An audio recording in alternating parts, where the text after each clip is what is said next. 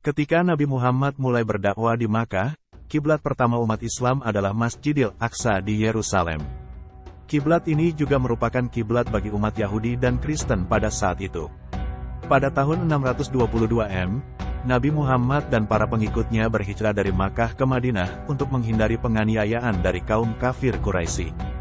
Di Madinah, Nabi Muhammad tetap mengarahkan salat menghadap kiblat ke Masjidil Aqsa selama sekitar 16 hingga 17 bulan. Sebagaimana keterangan hadis berikut, telah menceritakan kepada kami, Abdullah bin Raja, ia berkata, telah menceritakan kepada kami Israel dari Abu Ishaq dari Al-Bara bin Azib radhiyallahu anhuma, berkata, Rasulullah salat menghadap Baitul Maqdis selama 16 atau 17 bulan, dan Rasulullah tampak sangat menginginkan kiblat tersebut dialihkan ke arah Ka'bah. Kemudian turunlah wahyu Allah mengenai perubahan arah kiblat umat Islam. Perubahan kiblat tersebut terjadi setelah Nabi Muhammad menerima wahyu berupa surah Al-Baqarah ayat 144, yang mana dalam ayat tersebut, Allah memerintahkan agar arah kiblat dipindahkan ke Ka'bah di Makkah. Allah berfirman, sungguh, kami melihat wajahmu, Nabi Muhammad, sering menengadah ke langit. Maka, pasti akan kami palingkan engkau ke kiblat yang engkau sukai. Lalu, hadapkanlah wajahmu ke arah Masjidil Haram. Dimanapun kamu sekalian berada, hadapkanlah wajahmu ke arah itu. Sesungguhnya orang-orang yang diberi kitab, Yahudi dan Nasrani, benar-benar mengetahui bahwa pemindahan kiblat ke Ka'bah di Masjidil Haram itu adalah kebenaran dari Tuhan mereka.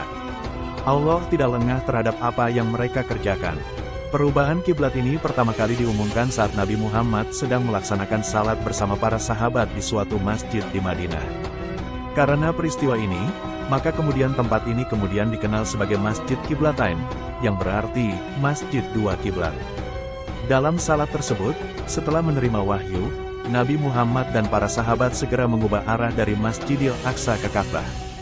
Di dalam tafsir Ibnu Katsir dijelaskan dengan mengutip berbagai riwayat yang menjelaskan bahwa sesungguhnya Nabi Muhammad sejak lama sangat ingin menghadap Ka'bah, dan karena itu akhirnya Allah mengabulkan keinginannya dengan menurunkan ayat Al-Baqarah 144 di atas.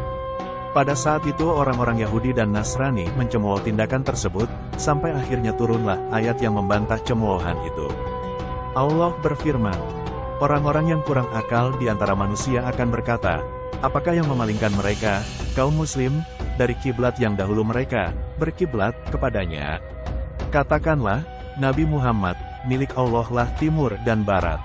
Dia memberi petunjuk kepada siapa yang dia kehendaki ke jalan yang lurus, berdasarkan kesiapannya untuk menerima petunjuk. Hikmah perubahan kiblat ke Ka'bah. Perubahan kiblat menandakan identitas yang unik dan independen bagi umat Islam.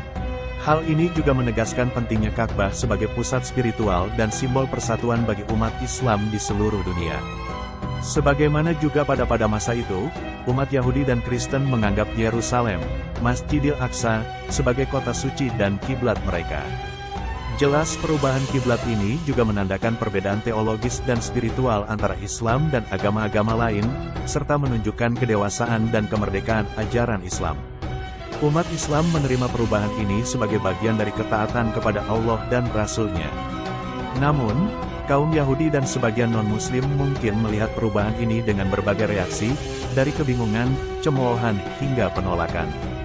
Disinilah terlihat dengan jelas adanya konsolidasi keimanan.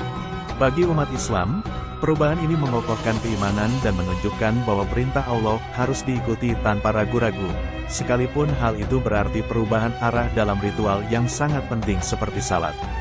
Wallahu a'lam.